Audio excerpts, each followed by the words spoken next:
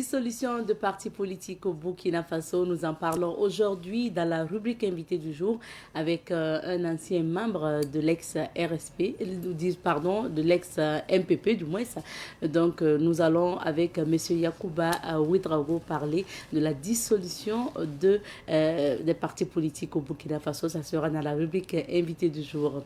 Plus tard, on parlera également d'autres sujets avec Francis Emmanuel Zongo qui va venir notamment nous parler des événements qui ont marqué le 3 février d'une certaine année. Avant ça, on aura l'information à travers la revue de presse. Mesdames et messieurs, bonjour et bienvenue à ce nouveau numéro de l'émission Bonjour le Faso. Merci de votre fidélité, merci d'être avec nous.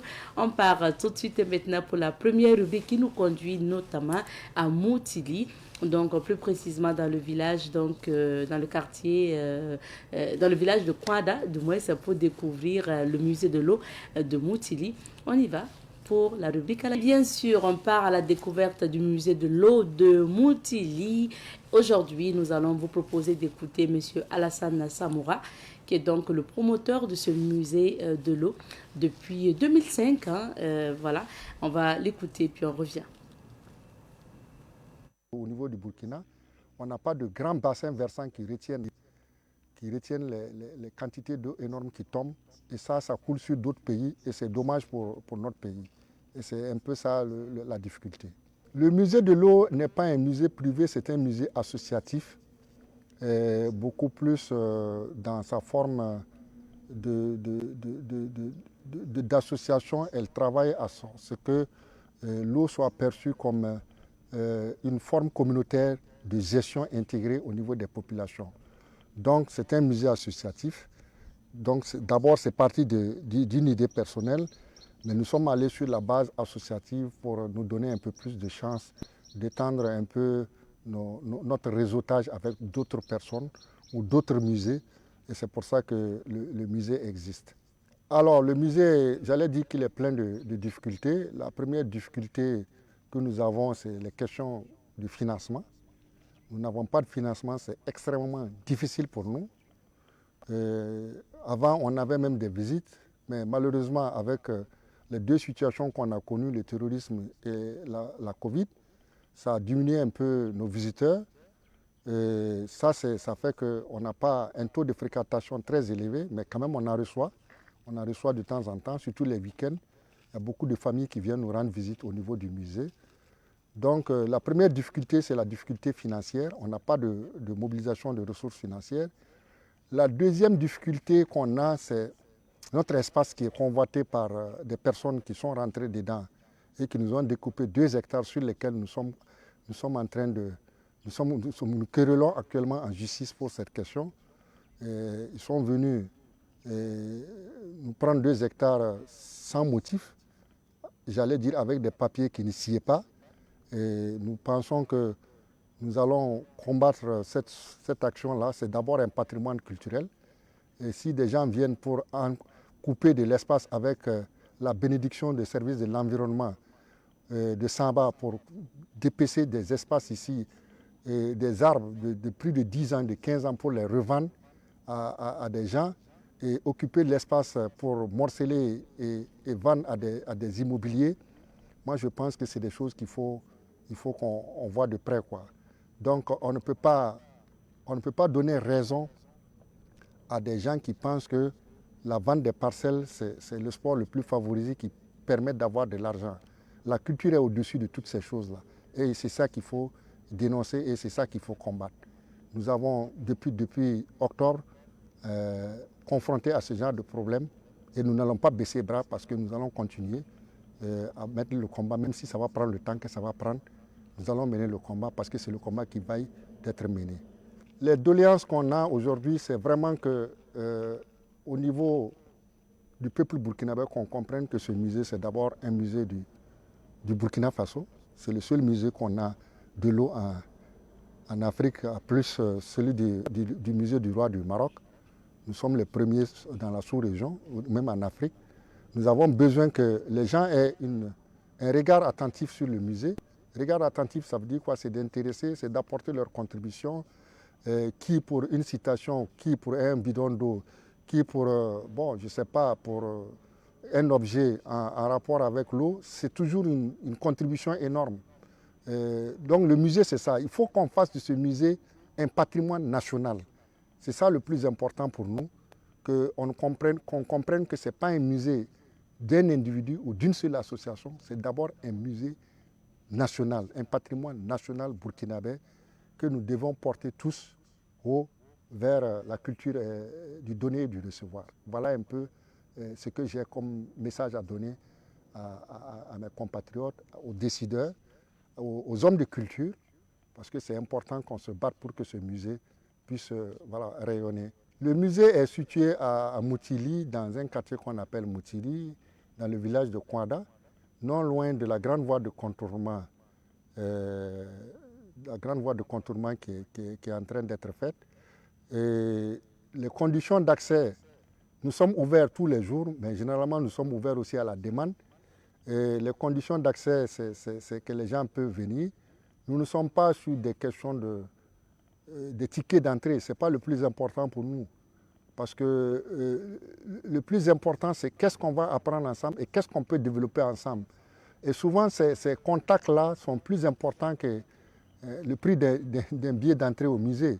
Quand on a un visiteur qui, après, peut nous faire des contacts pour nous permettre de faire des levées de fonds ou bien entériner certains projets, je pense que ça, c'est plus important que les tickets d'entrée, quoi. Et puis, bon, les tickets d'entrée, vous savez que les musées, ce n'est pas ça qui va faire grandir un musée. Hein. C'est un peu une goutte d'eau dans la mer. Donc, musée ouvert à tout le monde, parce que c'est un musée de l'eau, c'est le musée de la vie. Et comme tout le monde boit de l'eau, nous invitons tout le monde à venir visiter le musée et apporter. Et nous commençons la revue de presse avec l'Express du Faso. Le quotidien bourvolais affiche à sa une ce matin renforcement du maillage sécuritaire, 2000 motos pour réduire les temps d'intervention de la police nationale. Autant le dire, dans cette rubrique de l'Express du Faso, on peut lire après le global avec le Premier ministre, les ministres font dans le détail. Contrat d'objectif, une performance de 92,32% pour le département de la guerre, un taux d'exécution de 91,5% pour le ministère des serviteurs du peuple, 89,66% de réalisation pour le ministère de l'énergie, des mines et des carrières, 89% pour le ministère de l'économie et des finances. Enregistrement de l'émission Kaléidoscope à Bobo, les retraités de la communication se sont déhanchés au rythme de la musique. On passe à présent donc au quotidien d'État Sidoya. Sidoya affiche à sa une ce matin renforcement du maillage sécuritaire. Le président du Faso remet 2000 motos à la police nationale. Carnet de santé de Sidoya ce matin, 32% des fumeurs dans les ménages les plus pauvres au Burkina Faso. Évaluation des ministres, des taux d'exécution satisfaisants. Trait de plume, la culture de la performance. On peut lire toujours à la une du quotidien de tous les Burkinabés, assainissement urbain, des poubelles pour changer le visage de Bobo Dioulasso. Construction du premier site de Fassoyar, un taux d'exécution de 85%.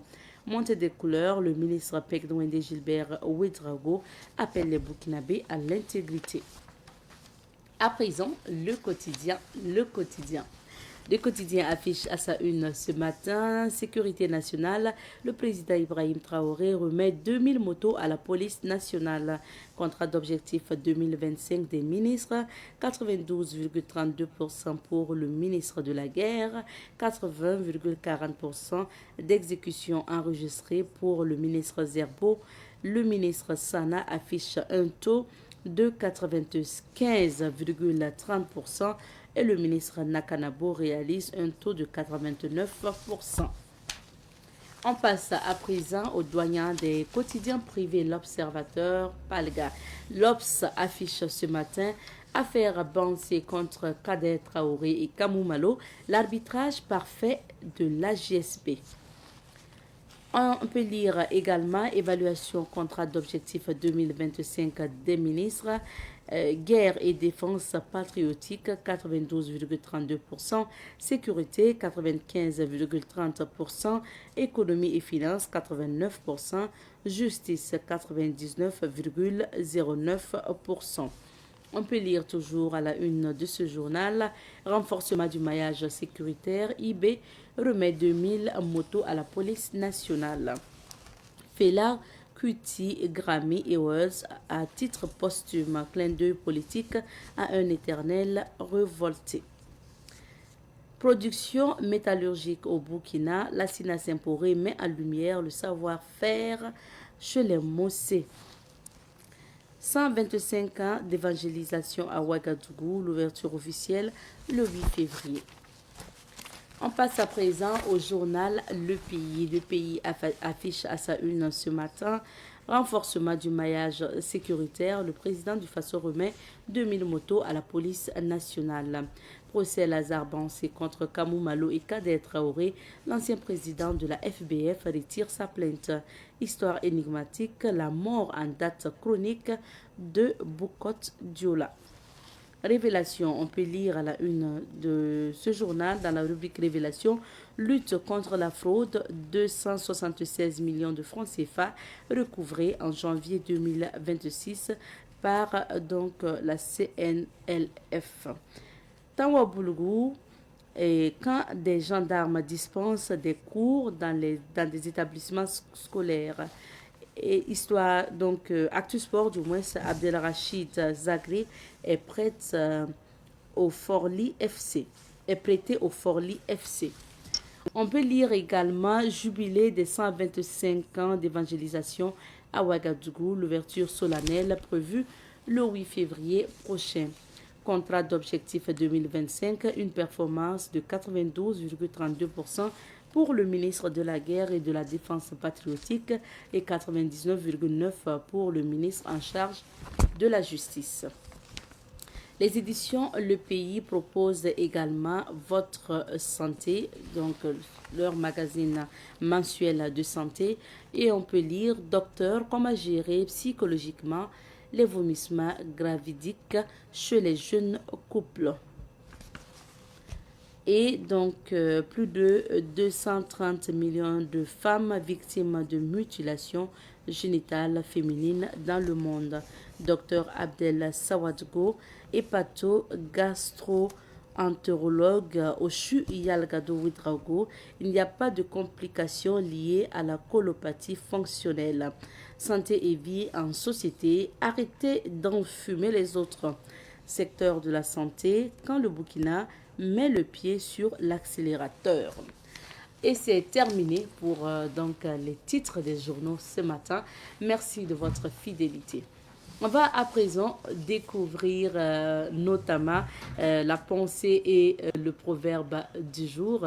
Et ça sera juste dans un instant. Au Burkina Faso, il y a des champions et des championnes. Et oui, il y a les uns, ceux qui sont champions d'athlétisme, champions de boxe ou de lutte traditionnelle, ceux qui sont champions de danse, champions de mathématiques, champions de natation et autres. Et il y a les autres. Ceux-là sont également des champions, mais à leur manière et dans leur domaine. Ils sont champions dans le non-respect des feux tricolores, champions dans le mensonge et la calomnie, champions dans les retards et les absences au travail, champions incontestés dans l'abus d'alcool, dans l'insalubrité, les affaires louches et toutes sortes de nuisances. Et vous, dans quoi êtes-vous champion ? En attendant votre réponse, son Excellence Gérard nous amène à la découverte de ces champions d'un autre genre. Chaque jour sur Savane TV, allons à la découverte d'un nouveau champion dans son domaine de compétition. Les champions et les championnes, une mini-série humoristique sur nos conduites et inconduites, signée son Excellence Gérard. Les champions et les championnes, à chaque jour suffit son champion sur Savane TV.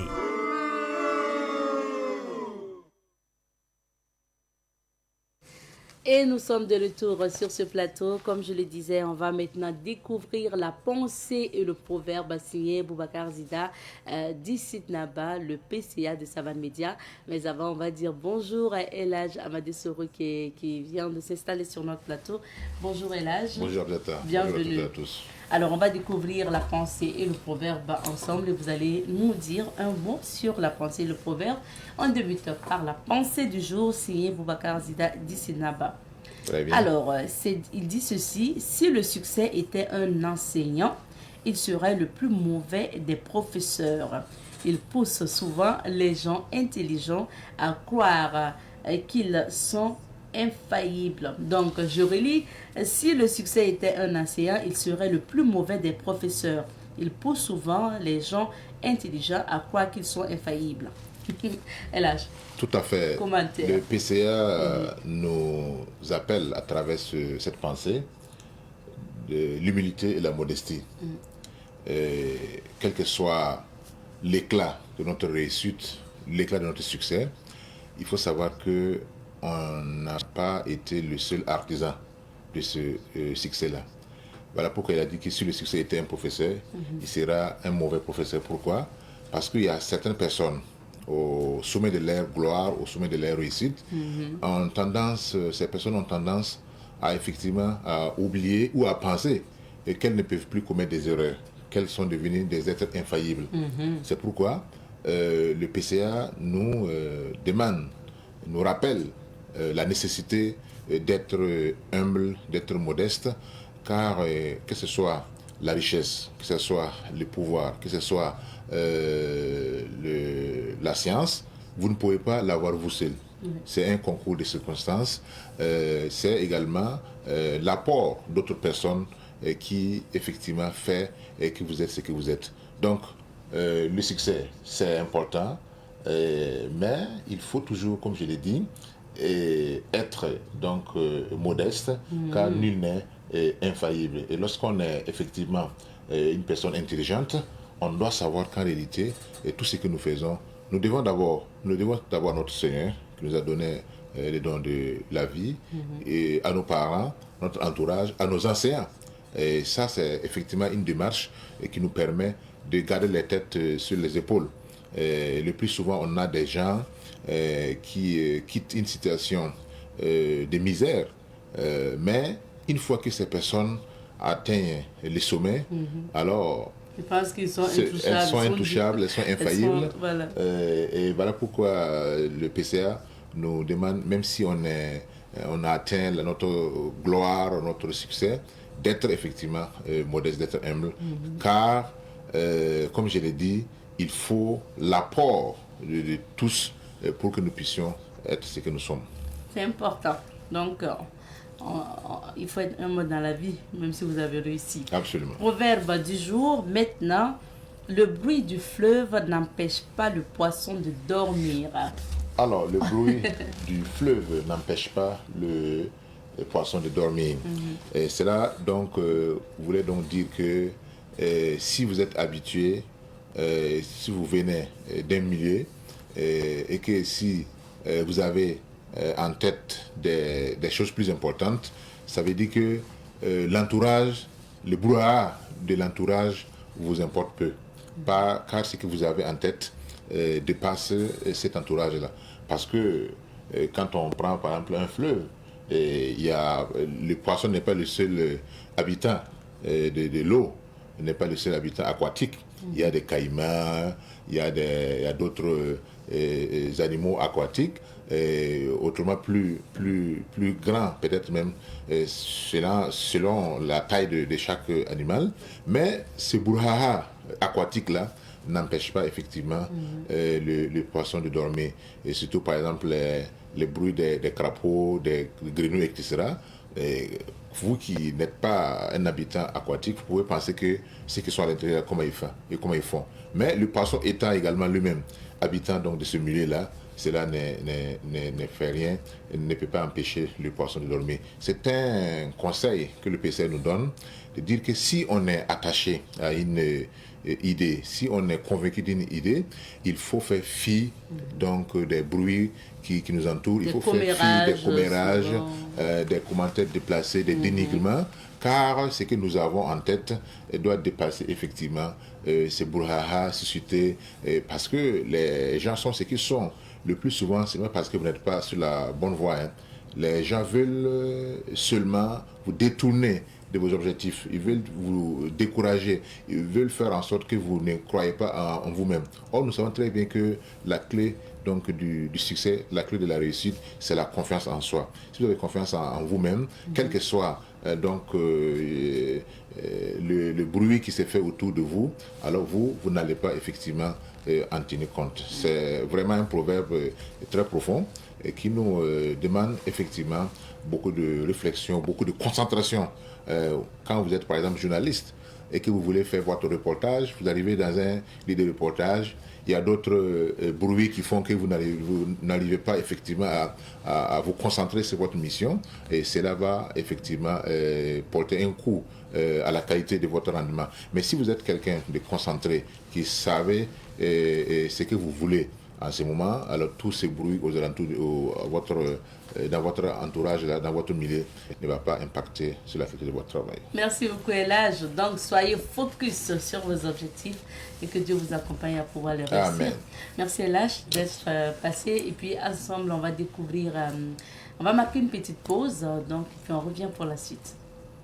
Nous recevons ce matin M. Yacouba Ouedraogo, ex-membre du bureau politique national de l'ex-MPP.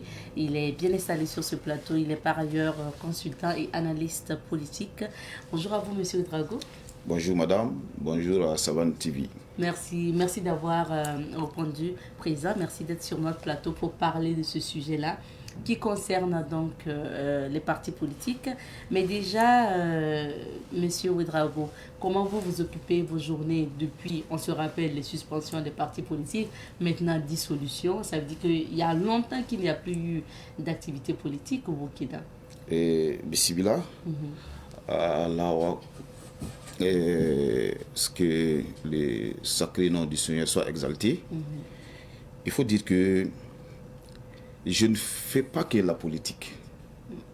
Vous-même, vous avez dit que je suis consultant et je suis aussi un chef d'entreprise. Okay. Donc, je contribue à ma manière pour l'avancement du Burkina Faso et j'occupe mes journées en faisant avancer mes activités personnelles et en contribuant également pour soutenir la dynamique actuelle depuis le 22 septembre 2022 pour accompagner la dynamique révolutionnaire du capitaine Ibrahim Traoré, puisque la vie n'est pas que politique, elle n'est pas que politicienne, elle est aussi conscience, elle est aussi patriotique, elle est aussi vision et elle est aussi sacrifice personnel pour sa nation. Est-ce qu'au niveau de vos entreprises, vous faites de la consultation en quoi, par exemple? Je fais de la consultation, moi-même je suis spécialiste en électronique biomédicale. D'accord. Je fais la consultation dans ce sens et je fais les mises en relation également et comme on aime dire en français facile, les apporteurs d'affaires. Nous avons des partenaires à travers l'international, la Chine, la Roumanie, ainsi de suite. C'est des partenaires que nous faisons venir au Burkina Faso pour qu'ils regardent ce qu'ils peuvent prendre pour accompagner la dynamique actuelle. Et j'ai des partenaires même qui doivent arriver les jours à venir. Et je consulte aussi pour d'autres pays. J'amène les Burkinabés dans d'autres pays pour leur permettre d'avoir aussi de quoi moudre naturellement dans les domaines des infrastructures, dans les domaines, je vais dire, de l'énergie et autres. Donc, Monsieur Ouedraogo participe au développement du Burkina, même si vous n'êtes plus aux affaires. Ah, mais bien sûr, c'est ce que je vous ai dit tout de suite. Il faut faire attention et scinder les deux choses. La politique est un sacerdoce qui amène tout citoyen honnête à poser une pierre noble pour l'édification de sa nation. Et il se trouve que à un moment donné de la vie, les choses changent, les hommes changent. Quand il y a évolution et qu'après analyse, on se rend compte que ce qu'on faisait hier n'est pas aussi bien que ce qui se passe aujourd'hui, nous avons l'obligation, pour l'amour de la nation, de s'adapter à la nouvelle dynamique pour faire avancer. Parce que je ne pense pas qu'au Burkina Faso, nous sommes forcément opposés l'un à l'autre, nous sommes des ennemis. Je pense que chacun a la même vision, nous sommes tous, comme on appelle, les passagers de la même pirogue, et l'objectif est d'atteindre l'autre rive en bonne et avec beaucoup de réalisations, beaucoup d'acquis au compteur. Vous avez suivi avec nous les conclusions du Conseil des ministres du 29 janvier dernier La grande décision, c'était notamment la dissolution des partis politiques au Burkina. Comment vous appréciez cette décision? Et il faut dire que nous, personnellement, on était dans cette dynamique.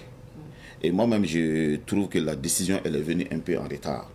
Parce que, en tant qu'homme politique, et en tant qu'analyste et formateur en leadership politique, et nous avons tout de suite compris que la vision révolutionnaire ne cadre pas avec la vision démocratique. Parce que vous savez que nos pays ont hérité ces systèmes de gouvernance venant de l'extérieur, de l'Occident, sinon même de l'impérialisme. Et tout Burkinabé, des années 60 à aujourd'hui, d'une manière ou d'une autre, directe ou indirecte, à contribuer ou à soutenir ou à participer à la vie de la nation en soutenant les hommes politiques ou les partis politiques, que ce soit direct ou indirect. Et c'était la vision du moment. À un moment donné, le capitaine Thomas Sankara est venu avec la révolution et il avait imposé une certaine vision qui était réellement une très bonne vision. Et entre-temps, ça a été interrompu et on est retombé dans la dynamique, et je vais dire, de la démocratie. Et tout Burkinabé, conscient comme nous, patriote qui aime le pays, qui veut que le pays avance, naturellement, tu n'avais pas d'autre cadre d'expression si ce n'était pas être dans cette moule-là. Et il fallait s'exprimer à l'interne, porter la contradiction et pour pouvoir faire changer les choses. Je pense qu'au contraire, tout n'est pas négatif. Parce que moi, je m'attarde rapidement sur les 30 et les 31 octobre 2014. Il a fallu que les partis politiques s'associent et se mobilisent sérieusement avec les syndicats pour faire partie de Blaise Compaoré. Et c'est cet événement qui nous a donné aujourd'hui à découvrir un autre Burkinabé plein de visions, plein de talents, et qui a le Burkina Faso dans ses artères, dans ses veines, qui est prêt à tout donner pour que les choses avancent. S'il n'y avait pas eu les 30 et les 31 octobre, je ne pense pas qu'aujourd'hui, on allait parler d'une grande révolution et de ces grands changements positifs sur notre, comme on appelle, dans notre nation. Et là, effectivement, j'ai eu à dire sur l'un des plateaux télé, bien avant aujourd'hui, et ça, ce jour, j'ai rappelé et interpellé plutôt le président Assimi Goïta, son excellence, que j'ai salué au passage, de dissoudre les partis politiques au Mali. Parce que j'étais en direct avec un ancien président du parti politique, Moussa Mara, et qui était en train de s'organiser pour se plaindre ou pour manifester contre la suspension des partis politiques au Mali. Et j'ai dit à Goïta que c'était, au président Assimi Goïta, que ce n'était pas la vision actuelle. Parce que la révolution et les contextes dans lesquels ces pays se trouvent aujourd'hui, la lutte farouche qu'on a enclenchée et déclenchée plutôt contre les terroristes, ne cadre pas avec la contradiction. Donc naturellement au Burkina, si on a dissous aujourd'hui les partis politiques, vous, ça ne vous pose pas de problème, c'était logique. Mais c'est ce que je vous disais tout de suite. C'était logique. Et moi-même, j'ai trouvé que c'est venu un peu en retard. Parce que du moment qu'on a déclaré que nous sommes en révolution, il n'était plus question de permettre à des gens de ramer à contre-courant. Vous savez, en tant que politique, nous avons vécu des situations, c'est que les gens ne comprennent pas. Les honnêtes citoyens qui ont vécu dans les partis politiques ont compris que la politique, en elle, est un sacerdoce, est un art noble. Mais la politique politicienne est de la démagogie. Parce que qu'est-ce qui se passe au Burkina, une nation où tout le monde pense pouvoir diriger, mais avec des visions diverses. Et on apprend à l'homme politique que celui qui est en face de vous est votre adversaire. Quel qu'en soit l'acte qu'il va poser, quel l'acte soit positif ou négatif, il faut contredire. Il faut ramer à contre-courant. Je vous prends un exemple basique. Quand Roch-Marc, son excellence, Roch-Marc Christian Kaboré voulait construire l'hôpital comme on appelle, des références à Bobo Dioulasso, le lieu indiqué qui avait été analysé et choisi, l'opposition s'est opposée. Et banalement, dans les bavardages inutiles, on a perdu combien de mois? On aurait dû avancer. Et en démocratie, c'est ce qui se passe. Si c'était la démocratie, peut-être qu'on allait inviter un autre, comme on appelle, d'un autre parti politique en face de moi. On allait être là, électrifier les plateaux en se contredisant. Et ça n'avance pas, selon vous? Ça ne fait que tirer. Non, ça n'avance pas. Ça ne fait que tirer les pays vers le bas. Aujourd'hui, si nous regardons de l'arrivée du président Ibrahim Traoré à aujourd'hui, les acquis sur le plan lutte contre le terrorisme, il y a des avancées incroyables. Si nous prenons l'avancement sur comment on appelle, la lutte contre la famine et l'autosuffisance alimentaire. Mais ça crève les yeux, on n'a pas besoin de rentrer dans les chiffres. C'est une première au Burkina Faso qu'on puisse atteindre comment on appelle, plus de 7 millions de tonnes de céréales récoltées dans toute sa chaîne. C'est une immensité. Et on regarde sur les réformes au niveau de l'administration. On regarde sur les réformes au niveau des infrastructures. C'est-à-dire, si vous prenez les compartiment par compartiment, le temps imparti serait insuffisant pour tout déballer. Je suis un homme politique. J'ai soutenu et je n'ai pas de contenu de gêne pour le dire. Vous avez été aux affaires. J'ai soutenu la campagne de Roch-Marc Christian Kaboré sur tous les plateaux, c'est moi qui j'ai animé. On avait la conscience, on avait la conviction que les choses allaient changer. Parce qu'en son temps, on avait aussi un grand leader qui avait une grande vision révolutionnaire qui est à la personne, et paix à son âme, du docteur Salif Diallo. On s'est donné pour faire partie Blaise. Nous avons pris des coups les 30 et les 31 octobre. Je vous informe que je suis tombé évanoui pendant ces luttes-là, mais ça ne nous a pas découragés. Parce que notre objectif, c'était de pouvoir changer le Burkina Faso. Aujourd'hui, tous ceux qui étaient dehors les 30 et les 31 octobre, qui ont eu la chance d'être en vie et qui sont présentement en vie aujourd'hui, et tous, sans exception, soutiennent le capitaine Ibrahim Traoré. Sauf ceux qui sont motivés par des mauvaises volontés. Parce que ce qui nous a mis dehors, l'objectif qui nous a mis dehors, les trucs qui nous ont poussé à être dehors, c'est ce que nous avons aujourd'hui en main. Et nous avons l'obligation d'accompagner. Maintenant, au sein des officines politiques, ce qui décourage réellement en politique, c'est quoi? C'est cette façon d'amener les gens en bateau, puisque les partis politiques au Burkina Faso, c'était un peu comme une entreprise personnelle. Celui qui crée les partis, il est les dieux sous terre, c'est lui qui décide tout ce qu'il faut, et les militants, les simples, les honnêtes citoyens s'engagent, armes et bagages, avec les moyens, avec les idéologies, mais dès que le parti parvient à obtenir une victoire, ça change. Vous allez voir maintenant des parachutages, je vais dire des promotions, et ça crée des querelles inutiles et, comme on appelle, fratricides au sein d'abord de l'organisation. Et parti politique à parti politique, la conquête du pouvoir emmène les gens à dévier l'objectif visé pour la nation, et chacun est accroché à son intérêt personnel. Et cela n'a vraiment pas fait avancer les choses. Et malheureusement, chez nous, au MPP, après le décès de Salif Diallo, nous avons constaté la promotion de certains camarades qui sont venus aux affaires et qui ont utilisé l'appareil de l'État comme leur propre, et comme on appelle, jardin. Et là, c'était déplorable. Quiconque, ils savent, les camarades m'écoutent, c'est pas parce que je soutiens la transition ou la révolution, la RPP aujourd'hui, que je vais raconter du n'importe quoi. Ils savent que c'est de la vérité. Et c'est ça nous avons apporté la contradiction à l'intérieur, et ça nous a coûté toutes sortes de sévices. Aujourd'hui que nous avons eu ces changements, on ne demande pas un franc ni au capitaine, ni à un membre du gouvernement, ni à la révolution. Nous voulons simplement contribuer à la construction du Burkina Faso pour les générations futures. Que notre nom soit gravé quelque part. Demain qu'on dise que Yakuba Ouédraogo était là, il a fait ceci. Et c'est ça qui sera notre fierté. Finalement, les partis politiques ou leurs responsables ou les militants, ils vont se reconvertir à quoi, selon vous? Non.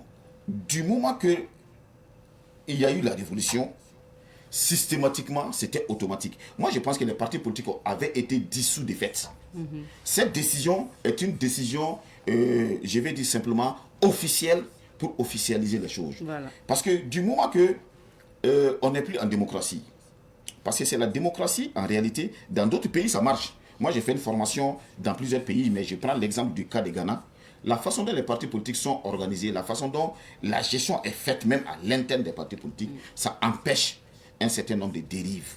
Mais au Burkina Faso, les partis politiques, je suis désolé que les hommes politiques m'excusent, que mes camarades, les anciens camarades m'excusent, mais il y a trop de dérives et trop de fautes à l'intérieur des partis politiques. Aujourd'hui, comme on appelle l'acte du capitaine, est un acte simplement interpellateur. C'est un acte des rassemblements. Et non, il ne faut pas que les gens comprennent que c'est une sanction contre les partis politiques ou contre les hommes politiques. Le président l'a dit, il a besoin de tous les Burkinabés sans exception pour l'accompagner dans cette lutte. Et les hommes politiques sont des Burkinabés. ceux qui ont eu à poser des actes qui sont en porte-à-faux avec la justice, le Burkina Faso est un état de droit également. La justice fera son travail. Mais cela n'empêche cette jeunesse qui est sortie, comme on appelle les 30 et les 31, qui ont accompagné, qui ont rempli les SAD pour faire voter un X ou Y homme politique, que ce soit maire, député ou président de Faso ou autre position ou autre poste, fonction. Il est temps pour chacun de se mobiliser pour le Burkina Faso. Il est temps pour chacun, parce que ce que nous voyons aujourd'hui, hier, on ne peut pas imaginer que le Burkina Faso pouvait avoir toutes ses ressources et puis donner 2000 motos aux policiers. On ne peut pas imaginer que le Burkina pouvait acquérir tous ces équipements militaires pour que nos forces de défense soient opérationnelles. Qui pouvait imaginer que le Burkinabé, la jeunesse du Burkina Faso allait accepter s'enrôler pour être VDP à plus de 90 000 personnes, sinon au-delà, et pour pouvoir sécuriser les pays. Tu sais, je suis simplement fier d'appartenir à cette nation, parce que c'est une grande nation qui montre à la nation, comme on appelle au monde entier, qu'à chaque étape de sa vie, il y a des hommes capables et des femmes capables qui réfléchissent et qui se battent pour relever les défis. Et c'est cela qui est important. Il n'est pas, comme on appelle, interne. Nous sommes des humains et chaque homme, personne n'est 10. Nous sommes tous soit 8, 7 ou 6, sinon même. Voilà. Maintenant, on doit se mettre en cause et à l'évidence de ce qui n'a pas marché chez nous hier et prendre le terrain en marche. Le président a dit que d'ici là, l'avion va décoller. Il va faire le plein de, comme on appelle, de kérosène pour que nous puissions réellement atteindre la vitesse de croisière. Et cette vitesse de croisière-là ne peut pas, comme on appelle, ne doit pas se faire. On ne doit pas décoller en laissant un Burkinabé sous les carreaux. Donc j'appelle que ce soit les anciens camarades à moi ou que ce soit les jeunes des autres partis politiques. Nous, on était déjà dans la dynamique. On avait déjà lancé un mouvement dans ce sens-là pour mobiliser les jeunes des partis politiques pour qu'ils puissent soutenir le capitaine Ibrahim Traoré. Et c'est dans cette lancée que nous sommes. Il faut travailler aujourd'hui pour le Burkina Faso. Parce que nous n'avons qu'une seule nation. Nous ne pouvons pas se permettre d'avoir le luxe, d'avoir plusieurs visions actuellement, parce que nous savons que l'ennemi est à notre porte, l'ennemi est à l'interne et l'ennemi est à l'externe. Les ennemis de l'extérieur se croient plus puissants que nous. S'il n'y a que notre mobilisation, il n'y a que notre détermination, notre dévouement qui puisse nous amener à faire quelque chose. Donc s'il y a plus de partis politiques aujourd'hui, il faut repartir aux activités. Parce que je suppose que chacun a son activité. Non, mais ce qu'il faut noter, et que ce qu'il faut dire à la population, la politique n'est pas un travail. C'est ça, mais en principe, mais il y a certains aussi qui en font leur travail. Hein. Oui, non, mais vous savez, on ne peut pas prendre des cas isolés pour généraliser. Chaque être humain a son propre caractère en lui. Très souvent, il y a des gens qui, par leur technique, ils parviennent à se hisser à un certain niveau de responsabilité, mais ils refusent de laisser tomber leur caractère. Ils amènent leur caractère en politique. Et c'est ça qui est très souvent décourageant. Par exemple, quand on nomme un ministre, le jour de sa nomination, sous le décret de sa nomination, là, ou sous la lettre assignée, sa lettre d'émission, il n'est écrit nulle part détournement, il n'est écrit nulle part corruption. Mais quand les gars viennent, parce qu'ils savent qu'ils ont des budgets à gérer, ils ont des milliards à gérer. Et tout de suite, les gars se disent que demain, lui peut ne pas être ministre. Donc, c'est le moment pour lui de faire les pleins pour que le moment où il ne sera pas comme le ministre, qu'il ne vit pas la vache maigre. C'est qu'il n'avance pas les pays. Aujourd'hui, si vous regardez un peu la dynamique, les Burkinabés cotisent pour, comme on appelle, l'effort de paix. Les Burkinabés acceptent qu'on prélève leur argent parce qu'ils ont confiance au premier dirigeant. Parce que lui-même, il a abandonné, il a laissé tomber son salaire pour le pays. Si vous regardez toutes ces réalisations, tous ces goudrons qu'on appelle, qu'on est en train de faire construire, tous ces hôpitaux qui sont en construction, toutes ces écoles qui sont en réfection, et tous ces villages qui ont été reconquis et dont les populations ont regagné. Est-ce que vous pensez que, en tant que Burkinabé, même si moi j'étais chef d'État hier, moi-même en tant que président du Faso hier, et on m'a destitué, je vais applaudir ces enfants-là parce que ces jeunes-là, ils font un travail remarquable sur le terrain. L'objectif de chaque Burkinabé est que le Burkina Faso avance. On ne doit pas être dans des combats interminables où nous transmettons permanemment la haine depuis 30 ans, depuis 35 ans à des nouvelles générations. C'est pour cela que le capitaine Ibrahim Traoré, avec l'ensemble des membres du gouvernement, ont décidé de suspendre et de dissoudre les partis politiques pour que tous les Burkinabés se retrouvent dans le même vestibule familial, national, pour qu'on puisse se regarder et se parler. Donc la dissolution va avoir des effets plutôt positifs, de rassembler. La dissolution, mais en elle-même, l'acte en elle est positif. Et la dissolution, en tant que, comment on appelle, mouvement, doit drainer tous ces beaux mondes qui étaient peut-être départagés. Puisque tout le monde, non, il faut dire ça aussi. C'est pas tous les hommes politiques qui ont le courage que nous, comme nous autres là, étant dans un parti politique et soutenir, comme on appelle, une vision positive. Nous avons été l'objet de toutes sortes de critiques, mais nous on assume. Parce que le Burkina Faso passe avant ma personne. Je ne souhaite pas, mais peut-être que l'année prochaine, on ne sait jamais, ou dans 5, 6, 10 ans, 20 ans, je ne serai pas à ces plateaux. Je serai peut-être conjugué à l'imparfait. Comme tout Burkinabé, comme tout homme. Et en ce moment-là, au soir du bilan, tu dois être fier, ton nom sera compté. Mais si on reste scotché à nos intérêts individuels, politiciens et politiques, et comme on appelle, égoïstes, nous allons ramer à contre-courant. Et tu ne pourras pas vaincre le peuple. Et 2, tu seras traité à la hauteur de tes forfaits. Et c'est ce qui est dangereux. Et c'est pour cela que nous appelons la jeunesse de quitter les bancs de la manipulation. Il faut s'inscrire dans la droite ligne de la construction d'État-nation. C'est dans ça que nous tirons profit. Nous avons accompagné les partis politiques avec conviction parce qu'on se disait qu'ils pouvaient faire autre chose. Puisqu'on ne milite pas dans... Il faut imiter ça, c'est là. Également, on ne milite pas dans un parti politique simplement parce que c'est un parti politique. Avant de militer dans les partis politiques, tu regardes les dirigeants, tu prends la déontologie, la philosophie, la vision, comment on appelle, l'idéologie du parti, avant de s'engager. Mais malheureusement, en Afrique, sinon chez nous, ça a été mal enseigné. Vous allez voir des partis politiques à d'obédience sociale, démocrate, et des partis politiques à d'obédience libérale, mais pour partager les gâteaux, ils se mettent ensemble. Le MPP l'a fait, avec la nomination de, comment on appelle, de l'ex-ministre d'État, Zéphirin Diabré, qui est libéral, mais qui est venu gérer le pouvoir avec les socialistes. C'est un mélange hétérogène qui n'a pas totalement...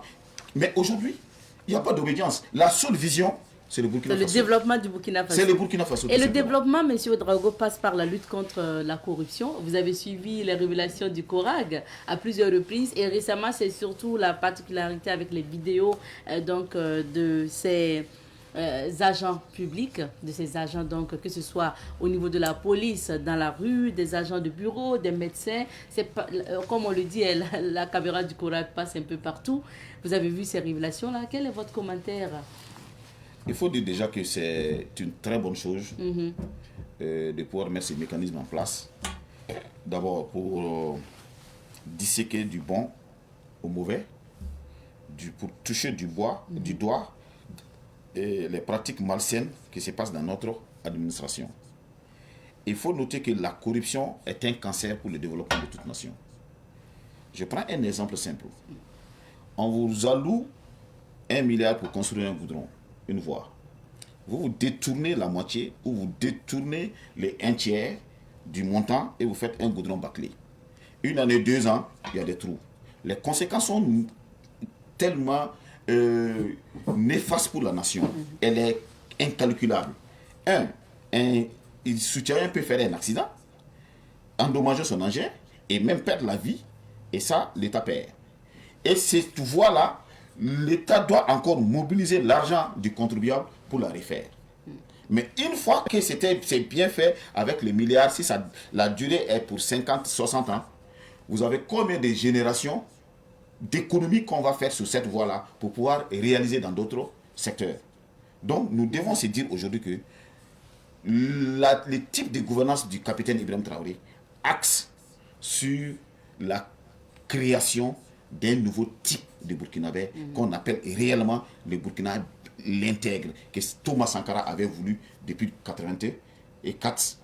Aujourd'hui, il faut lutter efficacement contre la corruption. C'est l'une des tares phares des hommes politiques.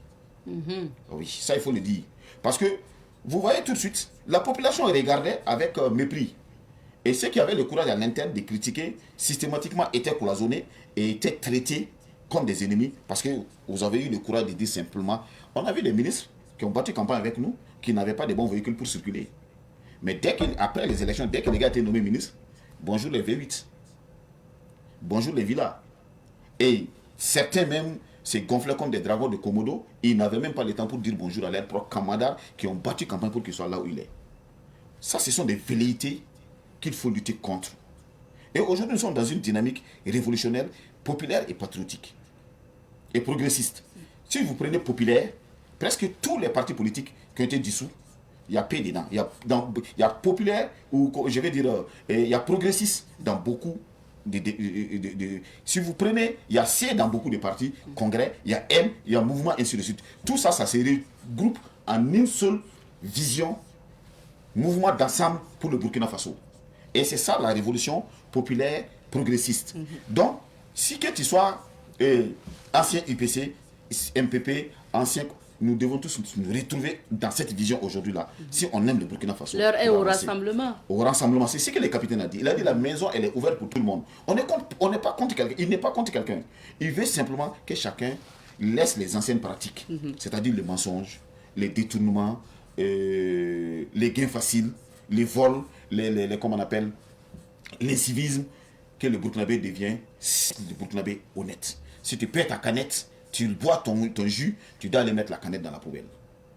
Plus question de jeter les sachets, comme on appelle dans les lieux publics. Plus question de fumer dans les lieux publics pour empoisonner les autres. Plus question de ramasser l'argent de l'État pour aller, je vais dire, construire des villas, mais envoyer des enfants à l'extérieur ou construire des mini-villas, donner, vous m'excusez les termes, à des 3e ou 4e bureaux. Ça, c'est fini au Burkina Faso.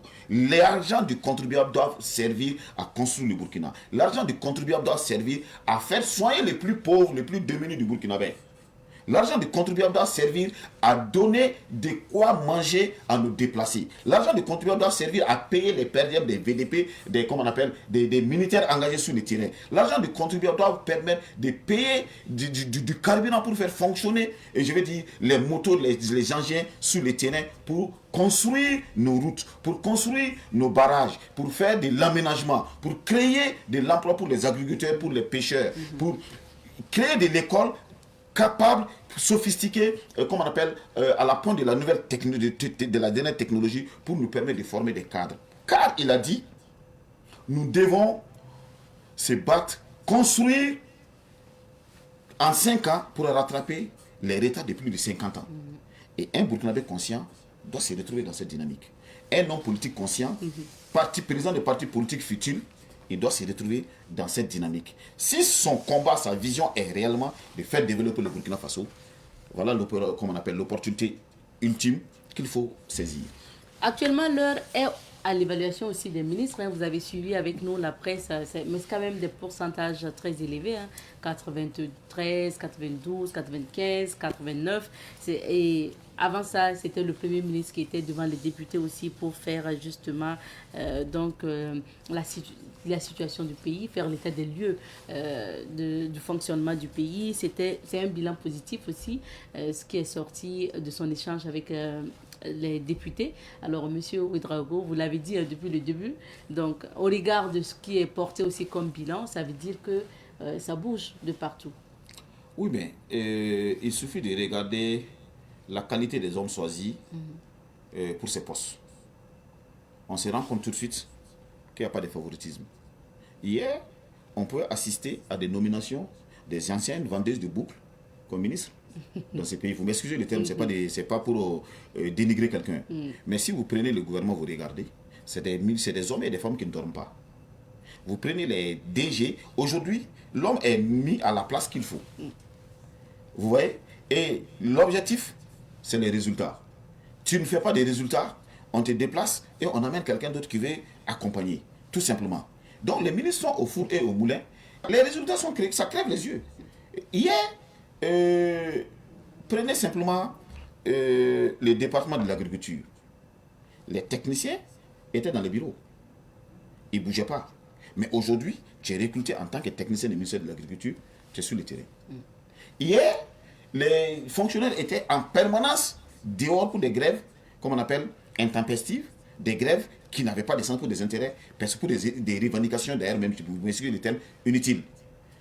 Un opérateur économique ou un entrepreneur partait aux impôts pour payer ses impôts, on les faisait savoir qu'il n'y avait pas de réseau, simplement parce qu'il y avait un sabotage pour bloquer le travail. Aujourd'hui, tu ne peux pas le faire. Si tu le fais, soit tu pars au front, ou soit on t'enlève à ton poste, ou ton premier responsable va répondre. C'est le type de gouvernance qu'il nous faut pour qu'on puisse léguer à une nouvelle génération un État fort. Il faut que chaque maillon, dans la chaîne là, que chaque maillon joue pleinement son rôle. Et les ministres ont compris. Si le premier responsable, en tant que président du FASO, est militaire de rang, militaire de surcroît, capitaine, il refuse son propre salaire. Il est tout le temps sur le terrain. Parfois, il part à l'opération pour lutter contre les terroristes en tant que président. Ses collaborateurs, les autres capitaines, les autres militaires qui l'ont aidé à prendre le pouvoir pour instaurer la stabilité, pour instaurer une gouvernance saine au Burkinabé. Si lui, il donne l'exemple, ceux des derrière ne peuvent pas. Forcément, ils vont suivre.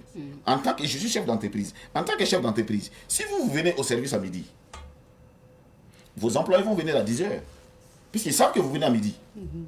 Pour constater qu'ils ne sont pas là, il faut que vous soyez là à 6h30. Donc c'est logique. C'est logique. Si vous voyez que tout le monde applaudit Simon Kompore en tant que je salue au passage, ancien maire de Ouagadougou, honoraire comment on appelle, de la ville de Ouagadougou, parce qu'il a fait un travail remarquable. C'est pour faire une parenthèse, pour dire qu'en politique, tout le monde n'est pas mauvais. Il y a eu des Burkinabés valables, conscients, qu'ils étaient en politique, qui ont travaillé pour le Burkina Faso. Mais l'ensemble des choses gâtent forcément les cas isolés qui se sont battus sur le terrain. Et ceux qui ont fait quelque chose pour le Burkina Faso, la nation doit continuer à les reconnaître. Parce que le Burkina n'existe pas aujourd'hui. C'est beaucoup d'années. Nos ancêtres ont lutté pour faire la recomposition du Burkina Faso. Ça doit être reconnu. Et le capitaine est venu pour la continuité de l'effort de ces ancêtres-là.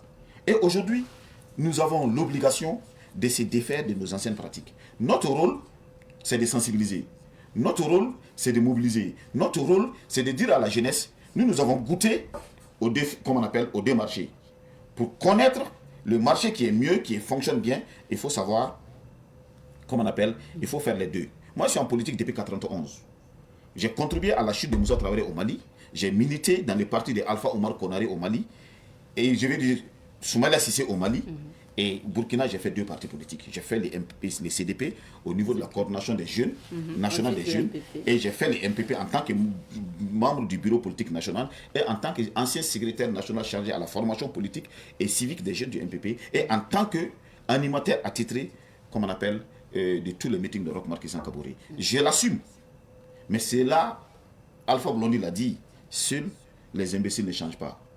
On ne regrette pas ce qu'on a fait hier, mais il faut avancer avec le temps. Il faut se remodeler, il faut se retoucher les manches pour encore être plus efficace pour sa nation, pour demain. Ce n'est pas quelque chose qu'on cherche. Nous cherchons simplement que le terrorisme finisse au Burkina Faso. Nous voulons qu'entre Ouaga Bobo, entre Bobo, Koudougou et autres là, qu'il y ait des autoroutes. Entre du 24 et du 1er au 31, qu'il n'y ait pas de coupures d'électricité, qu'il y ait assez d'usines, qu'il y ait assez de production, qu'il y ait assez de transformation, que le Burkina Faso soit compté parmi les grandes nations. C'est simplement notre vision. C'est ça. Merci. Mine de rien, le temps est terminé, M. Ouedraogo. On va devoir s'arrêter ici pour notre entretien de ce matin. Merci à vous. Et puis, en 30 secondes, vous pouvez dire un message à l'endroit. Parler donc à vos anciens camarades, des anciens partis politiques, je vais dire. Le message que j'ai à donner à mes anciens camarades, c'est un message de mobilisation, de détermination, de résilience, de courage. Le Burkina Faso n'a pas changé. Les objectifs n'ont pas changé. C'est simplement la vision qui a changé. Et il faut s'adapter à la nouvelle vision. Car les résultats sont probants. Et inviter surtout la jeunesse, inviter la jeunesse de toujours rester lucide et mobiliser derrière le capitaine Ibrahim Traoré, derrière le Burkina Faso, et quitter le banc de la manipulation. Ça n'amène que désolation, ça n'amène que regret, et le Burkina Faso continuera à briller avec ou sans eux. Mais il faut qu'ils s'inscrivent en lettres d'or, en tout cas pour la continuité et la réalisation des grands projets pour ce Burkina. Merci beaucoup, M. Ouedraogo. Je rappelle que M. Yacouba Ouedraogo est consultant et analyste politique. Donc aujourd'hui, il faut dire que nous le recevons au titre d'ancien membre du bureau politique national de l'ex-MPP pour parler notamment de la dissolution des partis politiques au niveau du Burkina Faso. On va s'arrêter ici pour l'entretien de ce matin. On marque une petite pause et on revient avec Francis Emmanuel Zongo. Les éphémérides avec notamment Francis Emmanuel Zongo qui est bien installé sur ce plateau. Bonjour Marouele. Bonjour Abzeta, bonjour à toutes ces personnes qui nous suivent sur les antennes de Savan TV. On vous retrouve une fois de plus en cette journée du 3 février de l'an de grâce 2026.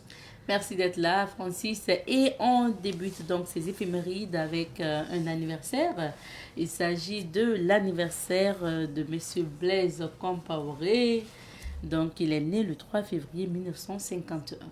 Voilà qui est bien dit, Abzeta. Nous commençons aujourd'hui avec une date anniversaire qui est celle de la naissance de l'ancien président du Faso, M. Blaise Compaoré, qui est né le 3 février 1951 à Zignaré. C'est un militaire et homme politique burkinabé, président de 1987 à 2014. Il faut le dire, il est arrivé au pouvoir le 15 octobre 1987 à la suite d'un coup d'État contre le père de la Révolution, Thomas Sankara. Il est par ailleurs le fondateur de l'Organisation pour la démocratie populaire, Mouvement du travail ODP-MT, qui fusionne avec 12 autres partis politiques pour donner naissance le 5 février 1996 au Congrès pour la démocratie et le progrès, ancien parti au pouvoir, même si les informations qui datent de quelques jours ont dissous ces différents partis politiques.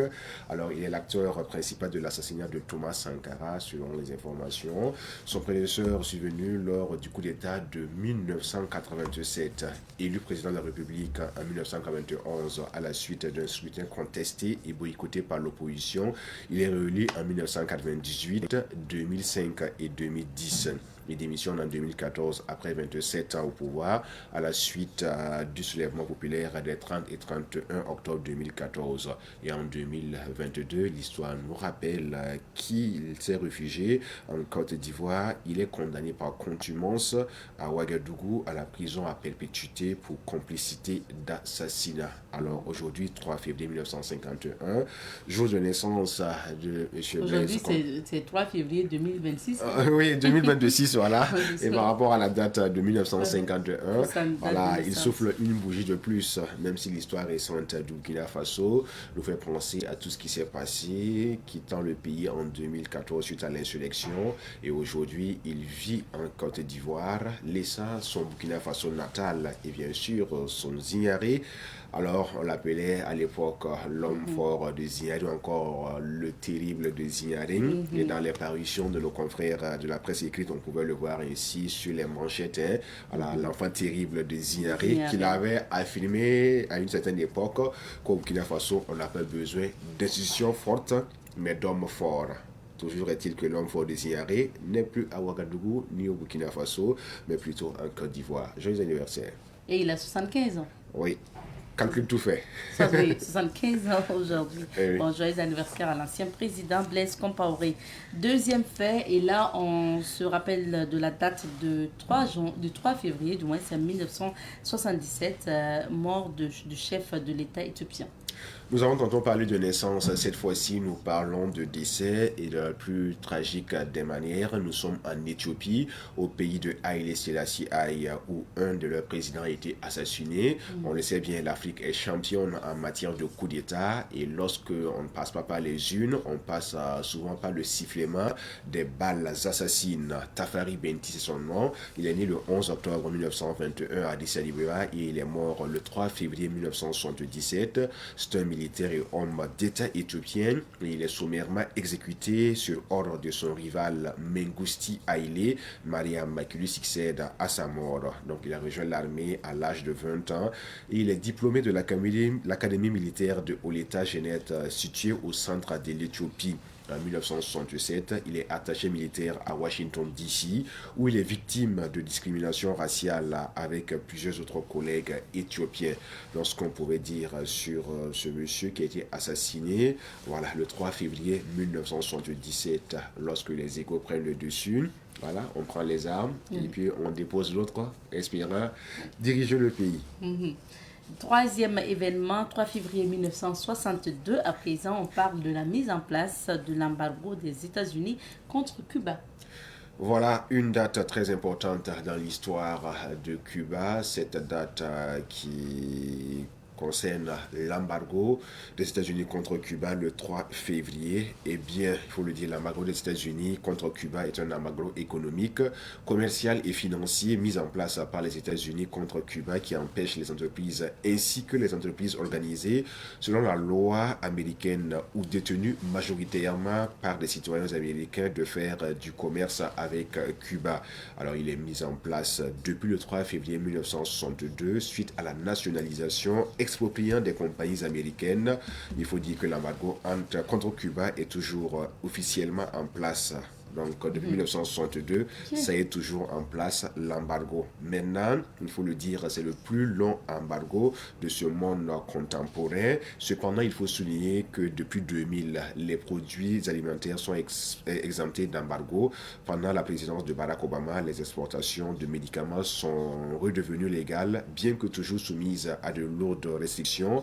Et les États-Unis sont ainsi redevenus les premiers fournisseurs des produits alimentaires de Cuba. Et le président Donald Trump, qui a succédé à Barack Obama, a mis fin à cette relative ouverture et sous sa présidence, pratiquement 240 nouvelles sanctions sont mises en place et 9 jours avant la fin de son mandat, Donald Trump déclare que Cuba est un pays qui est sur la liste des pays soutenant le terrorisme et les pertes occasionnées par l'embargo à l'économie cubaine depuis le 3 février 1962 s'élèvent à environ 164 milliards de dollars, soit environ 5 milliards par an. Et en guise d'information, pour ceux qui ne le savent pas, Cuba est la plus grande île des Antilles et il a pour capitale la Havane avec une superficie de 109 884 km².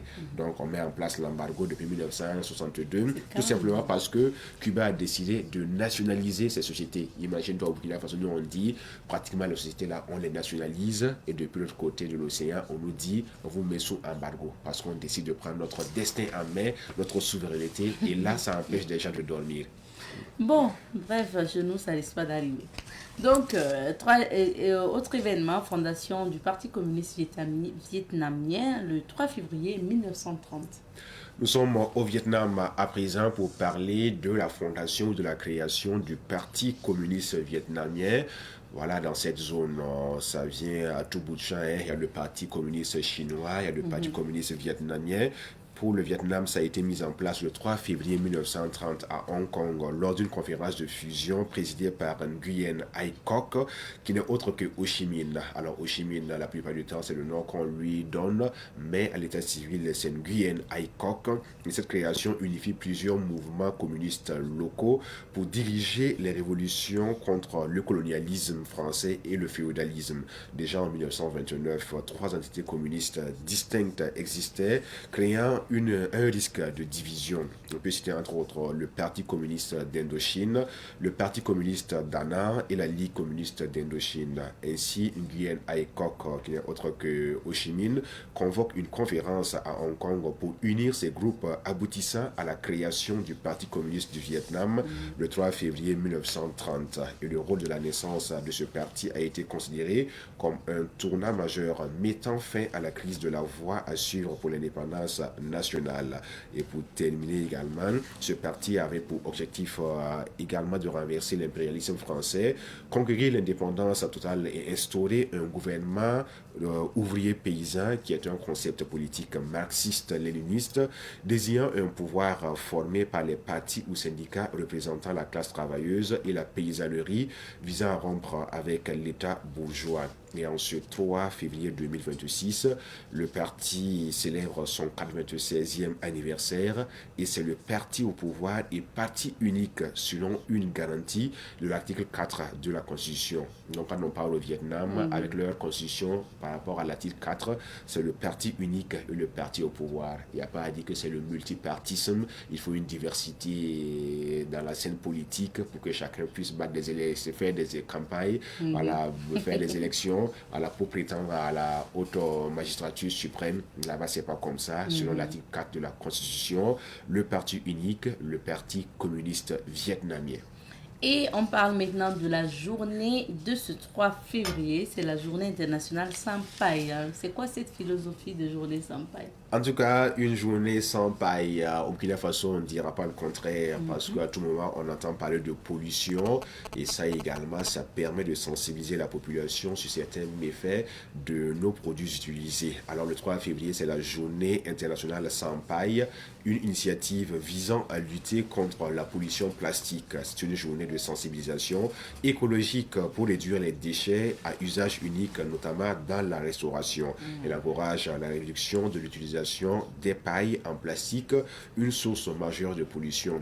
Donc par paille, n'entendez pas par paille ce que nous voyons souvent dans nos localités ou sous le tropique. Au niveau ici, des cases. des cases, voilà. Okay. Ici, il s'agit de ce que nous utilisons même dans la restauration, voilà, ce qu'on appelle les jetables et autres là. Lorsqu'on finit de les utiliser, on les jette et c'est source de pollution pour l'environnement. Donc cette journée a été mise en place pour sensibiliser la population autour de cet aspect-là, pour que nous polluions moins et que nous rendions hygiénique notre cadre de vie.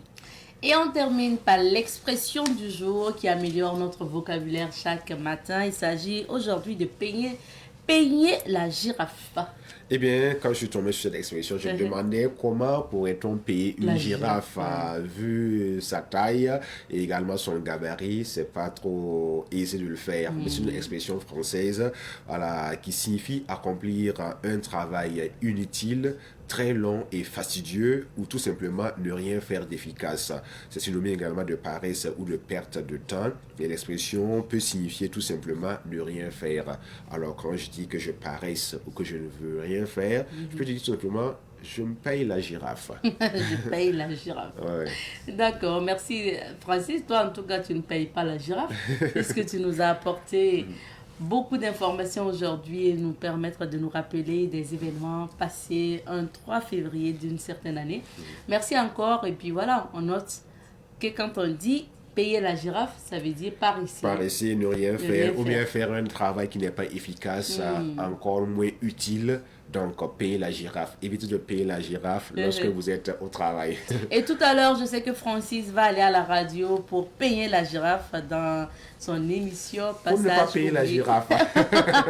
Non, j'ai bien dit ça, Siama. Okay. Pour ne pas payer la girafe, si tu veux.